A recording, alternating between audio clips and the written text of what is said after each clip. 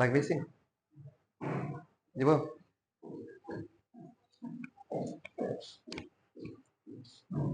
জানাটা একটু চাপাই দিই।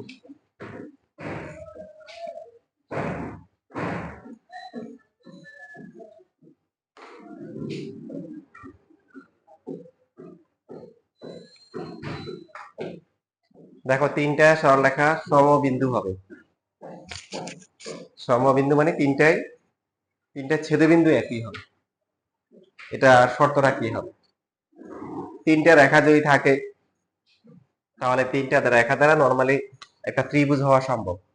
দুজন একটা ছেদ করলো, 3 নাম্বারটা মনে করো এখান দিয়ে গেল, তাহলে এই ত্রিভুজ। 3 নাম্বার যদি এখান দিয়ে যায় তাহলে এরকম একটা ত্রিভুজ।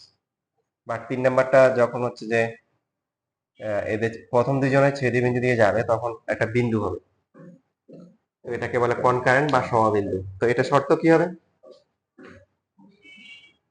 শর্ত হচ্ছে যে প্রথমে আমরা যে কোনো দুইটা রেখাকে সমাধান করতে পারি। সমাধান করলে কি পাওয়া যাবে?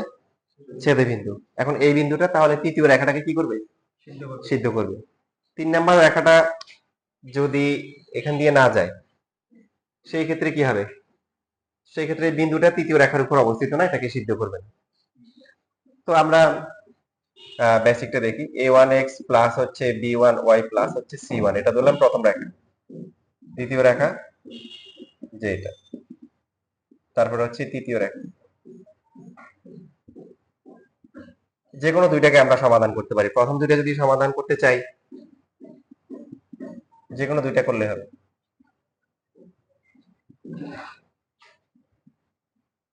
অজানা রাশি থাকলে সমাধান কোন নিয়মে করা উত্তম? নরমালি সমাধান প্রতিস্থাপন, অপনয়ন, বজ্রগমন যে কোনো ভাবে করা যায়, তবে অজানা রাশি থাকলে ক্রেমারের নিয়মটা সহজ বেশি। ডি কত হবে?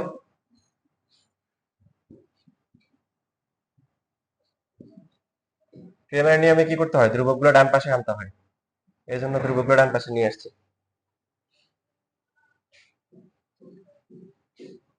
ডিএক্স কত হবে? ডিএক্স হচ্ছে এক্স এর কলামটা কি হবে? ধ্রুবক দ্বারা প্রতিস্থাপিত হবে। ওয়াই কলামটা যা আছে তাই থাকবে।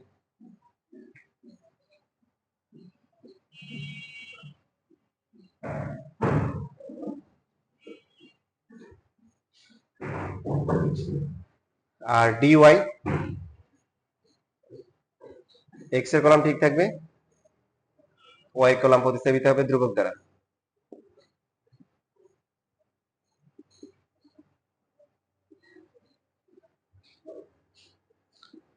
ঠিক আছে? তুমি তো কোনো কোশ্চেন আছে?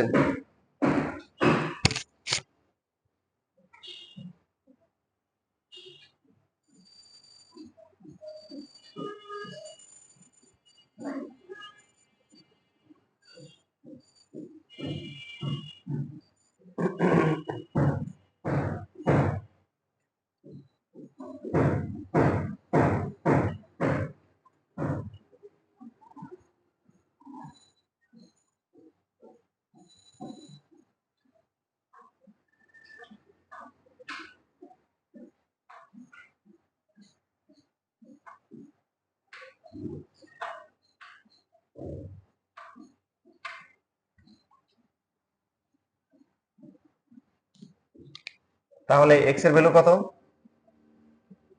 dx by T. b1 c2 minus হচ্ছে b2 c1, a1 b2 minus হচ্ছে a2 b1।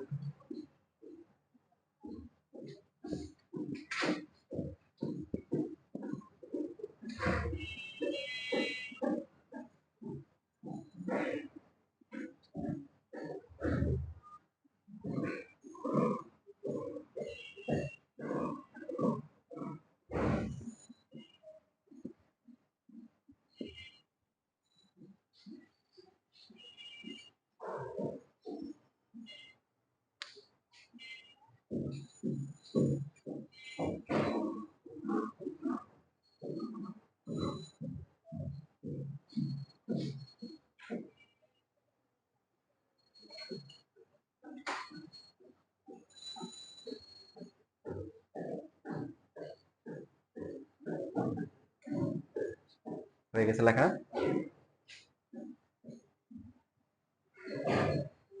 তো এখন এই যে সমাধান করে ছেদবিন্দু পাওয়া গেছে, এই ছেদবিন্দু হচ্ছে তৃতীয় রেখা সমীকরণটাকে কি করবে, সিদ্ধ করবে। তাহলে a3 × x হচ্ছে কত, b1c2 মাইনাস হচ্ছে b2c1 ডিভাইডেড বাই,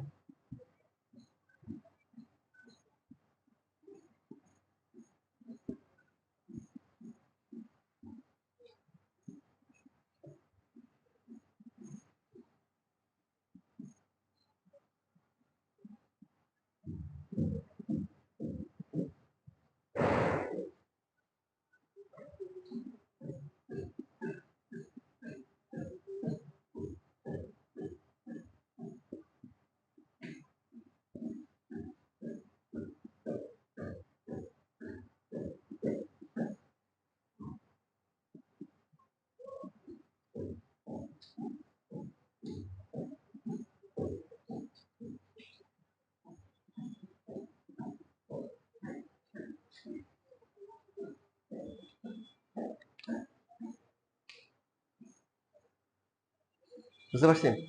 মানে ওই যে নিচে হরে যেটা আছে আর কি, যে a1 b2 minus a2 b1 এটা দিয়ে গুণ করে দিচ্ছি। এটা হচ্ছে শর্ত, এখানে মাইনাস হবে না, এটা হবে c1 a2 হবে। মনে থাকবে? নাই মাথা নাইছে, হবে না। নেহাল অবাক হয়ে তাকাইছে, কি মনে রাখবো, কোন প্যাটার্ন আছে কিনা। ইন্টারে ওঠার পরে যখন ম্যাট্রিক্স করা হয়, নির্ণয় করা হয়, অনেক স্টুডেন্টের কোশ্চেন থাকে নির্ণয় কি কাজে লাগে, ঠিক আছে? যেটা তোমাদের অনেকের ছিল। দেখো নির্ণায়কের খেলাটা হচ্ছে এখানে, তোমার এই যে এটা মনে রাখা অনেক কঠিন। এটাকে যদি আমরা এখন এইভাবে লিখি, b1c2 মাইনাস হচ্ছে b2c1 minus b3 into c2a1 minus c1 এগুলো লিখতে পারি। এরপরে বাকি হচ্ছে c3 into a1 b2 minus হচ্ছে a2 b1 ইকুয়াল টু কি 0।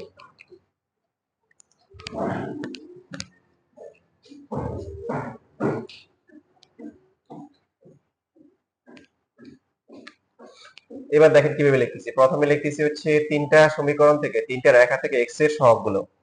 দ্বিতীয় যে কলামটা আছে সেখানে হচ্ছে কি y সহগগুলো, আর 3 নাম্বারটা হচ্ছে ধ্রুবকগুলো। লিখে ডান পাশে হচ্ছে 0 লিখলাম। এটা মনে থাকবে? এটা তো মনে রাখা অনেক ইজি। প্রথমে a, তারপরে হচ্ছে কি, প্রথমে x, তারপরে y, তারপরে ধ্রুবকগুলো। ধ্রুবকগুলো নট নেসেসারি যে বাম পাশে রাখতে হবে, কারণ ডান পাশে রাখলেও চলবে, তখন সবগুলা মাইনাস হবে। যেহেতু ডান পাশে 0 আছে, সবগুলা মাইনাস থাকলে মাইনাসটা কমন নিয়ে ওই পাশে পাঠানো যাবে। সো বামে ডানে কোনো সমস্যা নাই, তবে এক পাশে রাখবো। এখন প্রশ্ন হচ্ছে এটা এটাকে আসলে সেম কিনা। সেম। আমরা দেখতে পাচ্ছি a3 b3 আর c3, তার মানে আমাদের কি করতে হবে, তৃতীয় সারি বরাবর বিস্তার করতে হবে। আমরা জানি নির্ণয়কে টোটাল কয়ভাবে বিস্তার করা যায়, 6 ভাবে, যে মান ঘুরে ফিরে সেম আসে, যেটা প্র্যাকটিক্যালি আমরা দেখছি। এখন তৃতীয় সারি বরাবর যদি বিস্তার করি, a3 এর সাথে কি আসবে বলেন, b1c2 মাইনাস b2c1 মিলছে। আচ্ছা b3 টা আগে মাইনাস করে নিছি কেন, বুঝতে পারতেছেন, মাঝখানটা মাইনাস, b3 মাইনাস, আগে একটা মাইনাস, তার সহগ্রহটা মাইনাস। b3 এর সাথে কত আসবে বলেন, c2a1 মাইনাস c1a2 মিলছে। সর্বশেষ হচ্ছে c3, c3 এর সাথে আসবে কত, a1 b2 minus a2 b1। তাহলে আমাদের জন্য কাজটা সহজ হয়ে গেছে।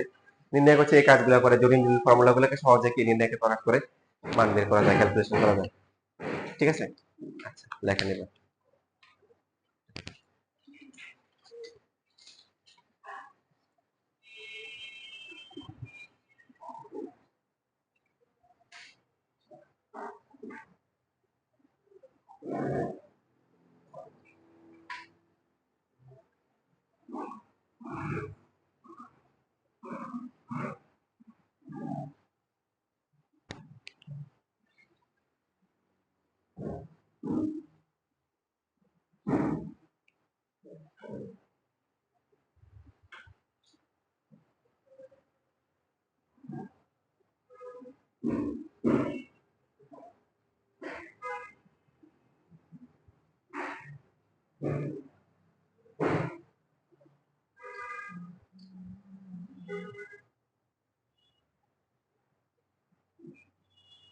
শীট আছে সবার কাছে?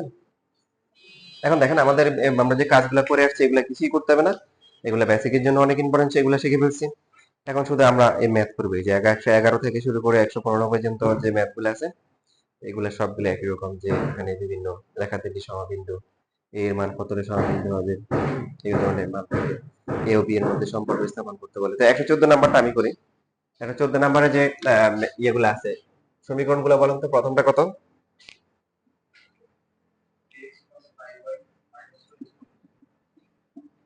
2 নাম্বারটা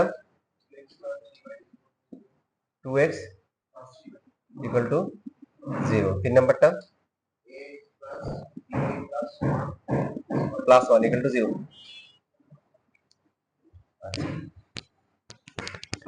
এখন ফর্মুলা, এটা হচ্ছে আমরা ফর্মুলা হিসেবে ব্যবহার করব। তবে সমীকরণ সবগুলো আসলে সাজানো নাই, প্রথমটা ঠিক আছে, দ্বিতীয়টা ঠিক আছে, দ্বিতীয়টা আসলে এভাবে লেখা উচিত, প্লাস একটা 0 দিয়ে দিব, 3 নাম্বারটা ও ঠিক আছে, এটা 1 নাম্বার, এটা 2 নাম্বার, এটাকে দিলাম 3 নাম্বার। এবার লিখবো যে যেহেতু 1 2 এবং কি 3 নং রেখাগুলো কি সমবিন্দু, রেখাগুলো সমবিন্দু মানে একই বিন্দু দিয়ে যায়, সুতরাং তাহলে x এর সহগগুলো কত? 3 2a 5 3b, তারপরে হচ্ছে কি -2 0 কি 1, এই মানটা কত হবে? 0 হবে। তো এখন যে কোনো সারি অথবা কলাম বরাবর বিস্তার করতে পারি, একটা মান বের করলে হবে, বাট আমরা চাইলে আসলে তৃতীয় কলাম বরাবর বিস্তার করতে পারি, এখানে একটা 0 আছে। সো তাহলে তৃতীয় কলাম বরাবর বিস্তার করলে যে কোনো একটা দিয়ে আসলে করলে কোনো তেমন একটা সমস্যা নাই। -2 এর জন্য কত আসবে? এটা -2 হবে, -2 এর জন্য কত আসবে বলো? 2b মাইনাস হচ্ছে 3a, 0 এর জন্য বাদ, আবার +1 হবে, +1 এর জন্য কত হবে? এই মাইনাসটা হচ্ছে নিজের কারণে, কিন্তু প্লাস মাইনাস প্লাস 1 এর জন্য কত আসবে? 9 - 10 ইকুয়াল টু হচ্ছে 0। সো মাইনাস হচ্ছে 4b প্লাস হচ্ছে কত 6a -1 ইকুয়াল টু 0। নিচে আনসার 6a মাইনাস হচ্ছে 4b মাইনাস, আনসার কি এটা? এটা হচ্ছে a এবং b এর মধ্যে সম্পর্ক। যদি অজানা রাশি একটা থাকে সেই ক্ষেত্রে কি কত এটার মান বের করতে বলবেন।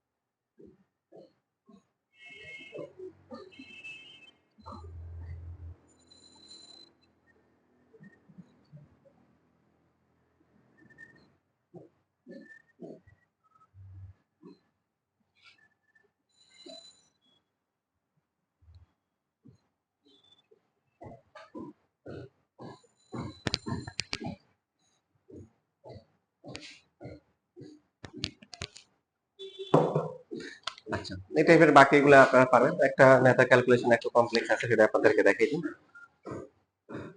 115 নাম্বার।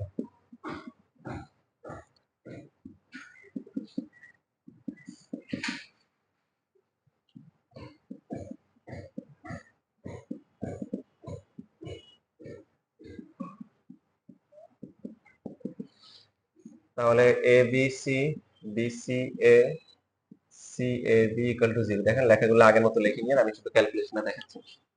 তো এখানে বলছে যে দেখাইতে বলছে কি যে a plus b plus equal to 0 হবে। তো আমরা এভাবে লিখতে পারি কিনা, যেমন a plus b plus c, এটাকেও লিখতে পারি a plus b plus c, তারপর টু কি a plus b plus c লেখা যায় না? এটা বি সি, এটা সি এ, এটা হচ্ছে এ বি।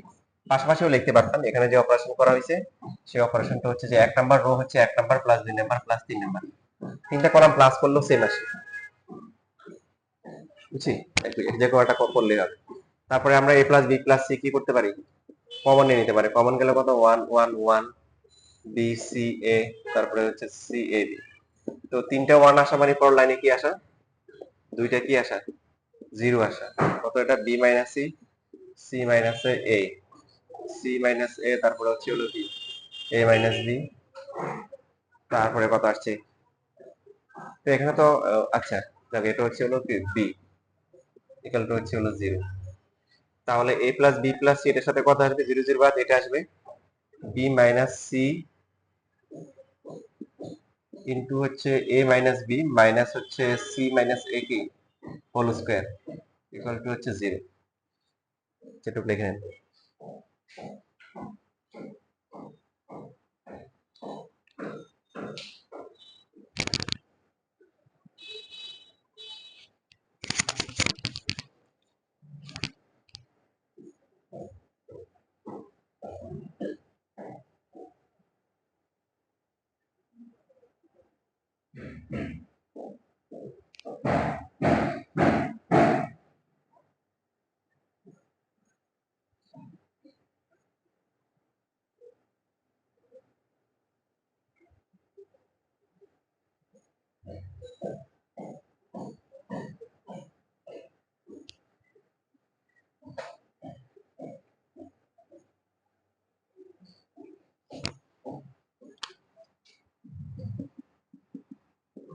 তাহলে আমরা লিখতে পারি, একটা লিখতে পারি হচ্ছে এর উদাহরণ কি, যে A plus B plus C equal to zero, আর অথবা দিয়ে কি লিখতে পারি, এটা হচ্ছে A B minus B square minus C A plus হচ্ছে BC minus C square plus হচ্ছে two C A plus A square equal to zero.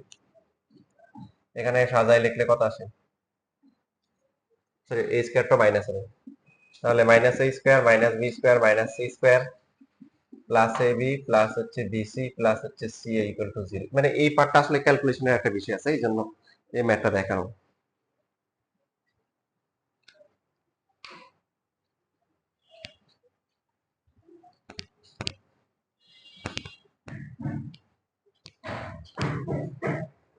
এখন এই পার্টটা আমাদের শুধু একটু জিরো প্রমাণ করতে বলছে, এটাকে জিরো আনবো না, মানে এটা জিরো হবে না, এটা ব্যাখ্যা দিতে হবে। ব্যাখ্যাটা কি, আমরা প্রথমে হচ্ছে হলো এখানে তোমরা 19 এ হয়তো পড়ে আসছো, এখন শর্ট সিলেবাস ছিল কিনা সেটা তো তোমরা বলতে পারবা। দেখো এখানে 2 দিয়ে গুণ করব, তোমাদের হায়ার ম্যাথে চ্যাপ্টার 2 কি ছিল, তাহলে তোমাদের পারবা। দেখো তোমরা একটা ক্যালিটিক ক্যালকুলেশন করার সময় 2 দিয়ে গুণ করছিলে, মনে আছে, একটা A cube plus B cube plus C cube minus 3 A B C এর প্রমাণ করার সময়। করার পরে এবারে এটাকে a square minus 2ab plus b square, তারপর এটা b square minus 2bc plus c square, c square minus 2ca plus a square equal to 0 লেখা যায়। এবার a minus b whole square, তারপর হচ্ছে b minus c whole square, c minus a whole square equal to 0। তো কয়েকটা বর্গ রাশি যদি 0 যোগ করে 0 হয়, তার মানে অবশ্যই কি 0 হবে, এবং এবং অথবা লেখা যাবে না, এখানে এবং হবে, প্রত্যেকটাকে 0 হইতেই হবে, যেহেতু মাঝখানে যোগ আছে। যে কোনো রাশির মান প্লাস মাইনাস হতে পারে, বা বর্গ রাশির মান কি, বর্গ রাশির মান হচ্ছে হলো কি অঋণাত্মক, আবার মাঝখানে প্লাস আছে, তো প্রত্যেকটাকে জিরো না হলে যোগ করে জিরো হওয়া সম্ভব, এটা জানি, এটা জানি তো সবাই। তার মানে a minus b equal to zero, a equal to কি বি, এবং হবে, মানে এমন না যে এটা জিরো হইলো অথবা এটা জিরো, এটা জিরো হবে না, ব্যাপারটা এরকম না, সবাইকে কি হইতে হবে, জিরো হইতেই হবে। তাহলে এখানে আসতেছে হচ্ছে বি ইকুয়াল টু সি, আর এখানে আসছে সি ইকুয়াল টু এ, সুতরাং এই তিনটা যেহেতু এবং, তিনটাকে কম্বাইন করলে কি লেখা যায়, A equal to B equal to C. কিন্তু এ আর হচ্ছে বি আর সি সমান হবে না, কেন, এখন বলতে পারেন স্যার এটা তো প্রমাণ নাই এই জন্য হবে না। আপনার ওই যে কি জানি একটা কাজ দেখলাম খাতা একটু আগে ফেসবুকে দিল, যে এরকম এক ছেলে হচ্ছে লেখছে যে তোমার দেখা একটা ক্রিকেট ম্যাচের বর্ণনা দাও, তো এক সেই লিখে দিছে বৃষ্টির কারণে পরিত্যক্ত হয়েছিল, শেষ। তো এখন টিচার এভাবে লিখতে পারে যে এই যে নাম্বার দিতে পারলাম না, হ্যাঁ, মানে যে কি খালি রেখে দিছে, রেখে দিয়ে জানবো যে স্যার নাম্বার তো বলে কলমের কালি শেষ হয়ে গেছিল। তো এখন এখানে এটা হবে না কেন বলেন তো দেখি, রাইট, এখানে এ বি সি তিনটে যদি সমান হয়ে যায়, দেখেন তিনটে একই রেখা হয়ে যায়, দেখে রাখে রেখে একই সরল রেখা, দেখেন যেহেতু বলছে তিনটে সরল রেখা সমবিন্দু হবে, এখন যদি এবিসি তিনটে সমান হয়ে যায়, তাহলে তিনটেই তো কি x plus y plus one equal to zero, তিনটে একই রেখা হয়ে যায়, কেননা এদের তিনটি রেখাই একই রেখা হয়ে যায়, এই জন্য এটা সমান না, এটা সমান না হতে এটা জিরো হবে না, এটা জিরো না হতে এটা অবশ্যই জিরো হবে।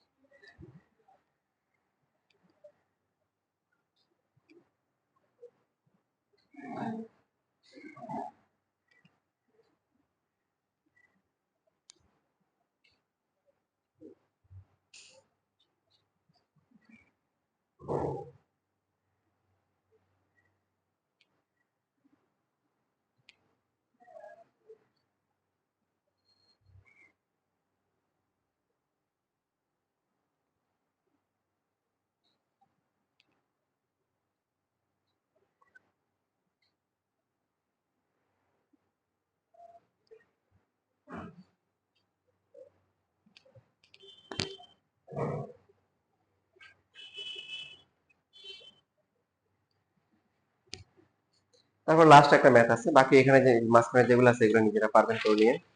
সেটা হচ্ছে 116 নাম্বার। এটা ভিন্ন রকম একটা ম্যাথ, পরীক্ষায় দিলে বেশিরভাগ স্টুডেন্ট পারে না, তার কারণ হচ্ছে সবাই প্রশ্নটাই বুঝে না, প্রশ্ন বুঝলে আনসার করা সহজ। তোমরা পারবা এটা? একটু শোনো, দেখো তো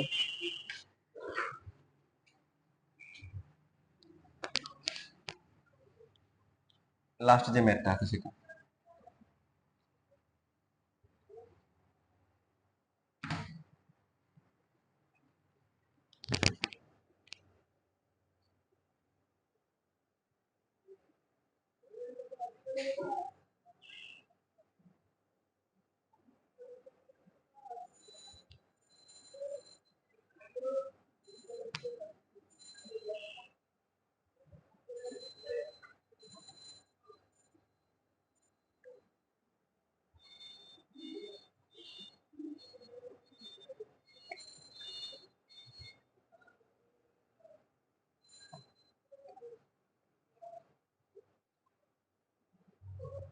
বুঝছি। আচ্ছা, এখানে একটা কথা বলে রাখি, আমাদের পরবর্তী চ্যাপ্টারের যে মেন বেসিক থাকবে সেটা হচ্ছে একটা বিন্দু থেকে একটা রেখার দূরত্ব। যেটা আমরা এখনো শিখিনি, বিন্দু থেকে রেখার দূরত্ব। ম্যাথমেটিক্স এর ভাষায়, গণিতের ভাষায় বিন্দু থেকে রেখার দূরত্ব মানে কি? লম্ব দূরত্ব। কি দূরত্ব? লম্ব দূরত্ব। সেটার জন্য আমাদের কি আছে? সূত্র আছে।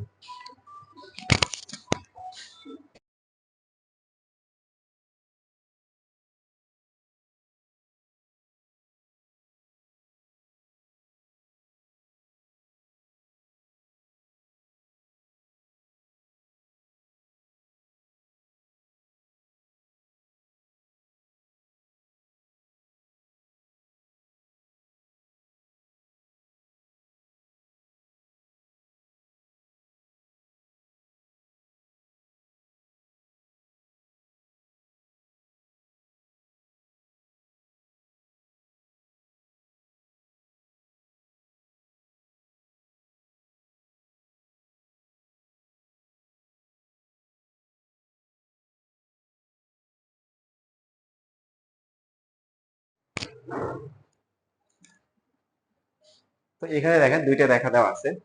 তারপর যেটা একটা রেখা, এখানে একটা বিন্দু, দুইটা রেখা আছে। আর একটা কি, যেরকম দুইটা রেখা যে আছে, দেখেন সমীকরণটা দেখে তো বোঝা যাচ্ছে এরা সমান্তরাল, আবার লম্ব না। সমান্তরাল না, লম্ব না, তাহলে কোথাও ছেদ করবে এরকম আর কি। বিন্দুটা হচ্ছে কত?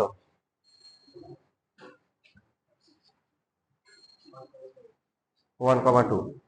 আচ্ছা, এত রেখার সমান্তরালে এত রেখা হতে এটা দূরত্ব, তার মানে 1,2 থেকে 3x+y, 3x+y+4, ঠিক লিখছি?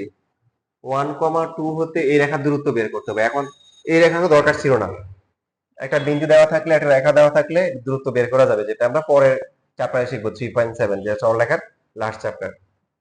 তার এটা দিল কেন? এই রেখার সমীকরণটা কত?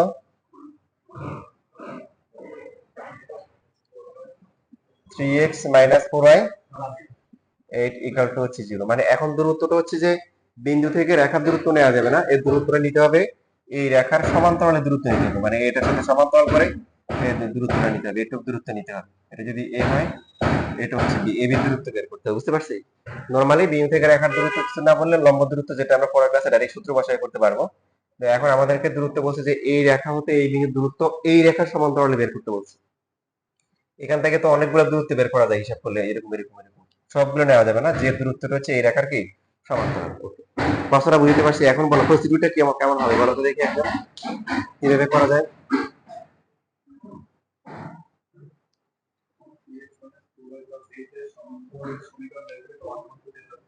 হুম, 1,2 বসাবো, রাইট। তারপরে ভেরি গুড, এটি বুঝে গেছে। হ্যাঁ, বুঝছো? এই রেখার সমান্তরাল রেখা কত, তাই না? তাহলে এটা হচ্ছে 3x - 4y+k = 0। এটা 1 2 দিয়ে যায়, কে পেয়ে যাবো, সমীকরণ পেয়ে যাবো। এই সমীকরণের সমাধান করলে কি পাবো? বি পাবো। বি বিন্দুর স্থানাঙ্ক জানি, এই বিন্দুর স্থানাঙ্ক জানি, দূরত্ব বের করা যাবে? যাবে। এই বলে দিছি, তোমরা না না পারলে পরে আবার ভিডিও দেখে স্টেপ বাই স্টেপ করি। এখন শুধু একটু লিখে, এখন একটু লিখে রাখো। না এখন করবা? করবা? করো, এখনই করো তাহলে।